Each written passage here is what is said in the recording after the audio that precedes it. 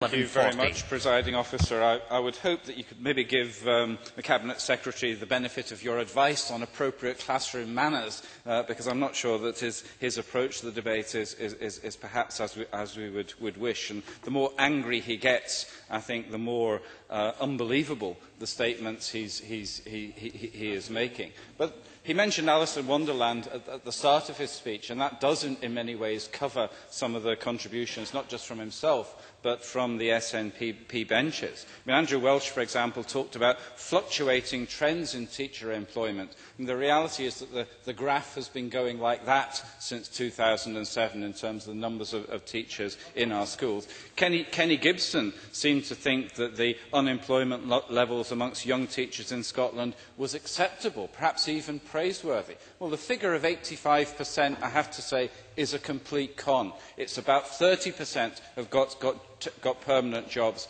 and you get up to 85% by including anybody who's ever been in a classroom anywhere, and that's not the reality or what we expect. There are three things we haven't heard from the SNP benches today. The first is contrition.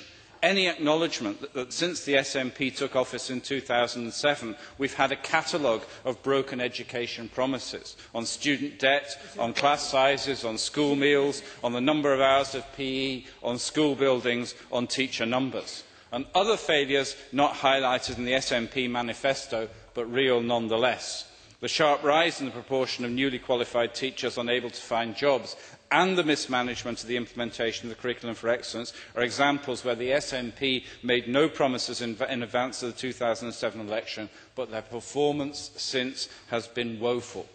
The rose-tinted version of the SNP stewardship of education provided by the Cabinet Secretary bears no resemblance whatever to the reality as experienced by teachers and parents out there. The people out there know that schools have suffered year-on-year cutbacks under the SNP. Anyone voicing criticism of the Cabinet Secretary is treated as an enemy of Scottish education. So to parry the North Korean-style response, I'll quote the General Secretary of the EIS, whose commitment to Scottish education cannot be doubted. Ronnie Smith told the EIS conference last Friday that across Scotland we see a tax on instrumental music instruction, the non-replacement of departing teachers and reductions in teaching support staff.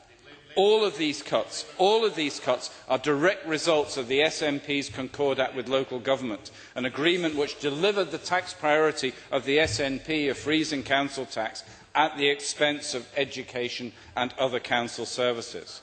And Michael Russell said yesterday that one of the reasons for falling teacher numbers is, and I quote, undoubtedly the unprecedented financial pressure on local authorities.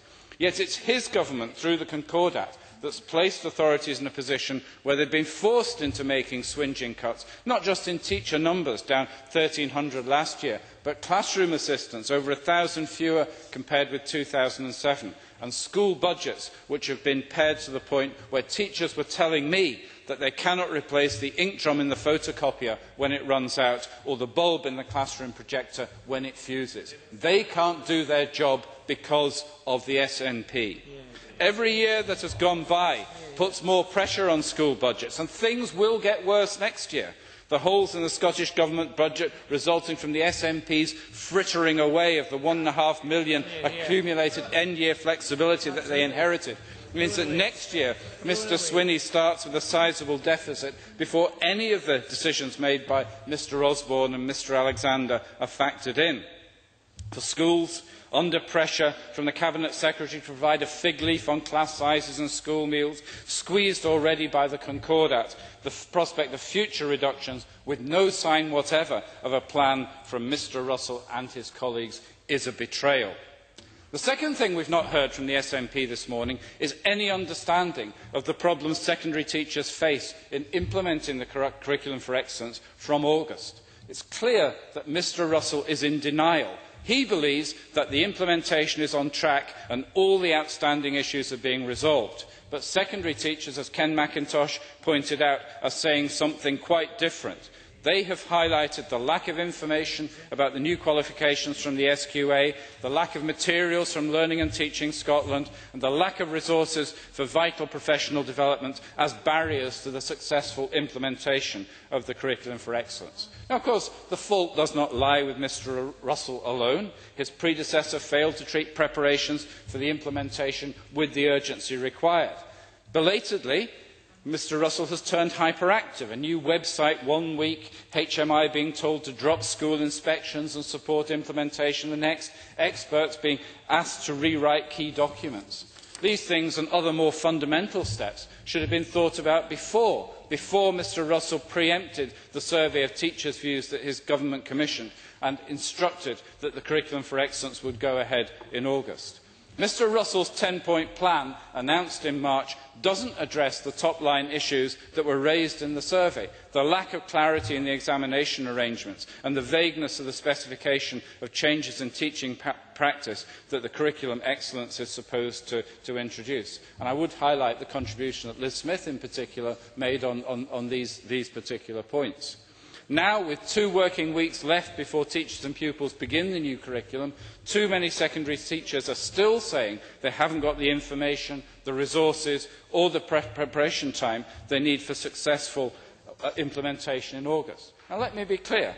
Our objection is not to the Curriculum for Excellence. We support the Curriculum for Excellence. We've never argued for a delay in implementation. Our point is it's the SNP's failure to implement it properly that is at stake, and that's something that Mr Russell and his colleagues are solely responsible for.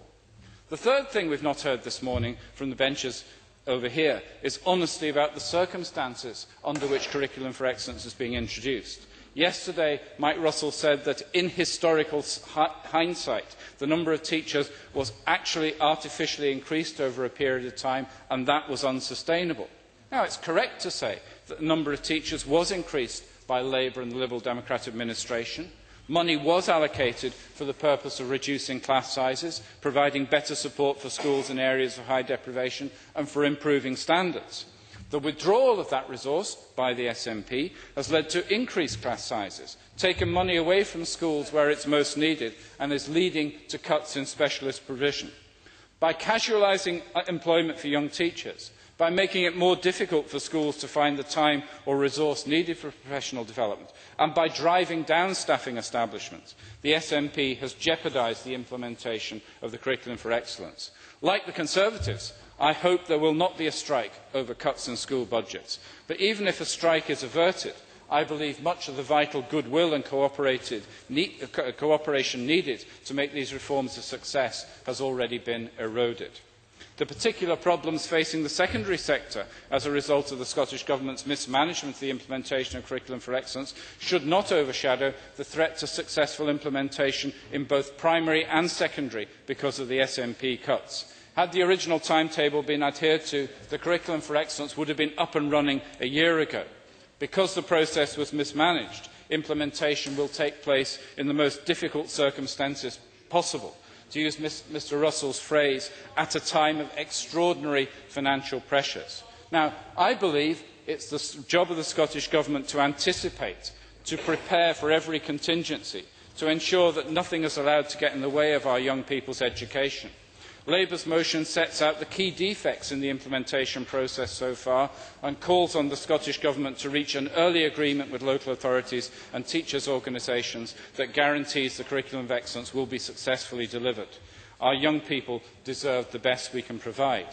Now, we've had 2 opportunities this morning. One of the costs of having an education debate is you actually get to hear twice from Michael Russell.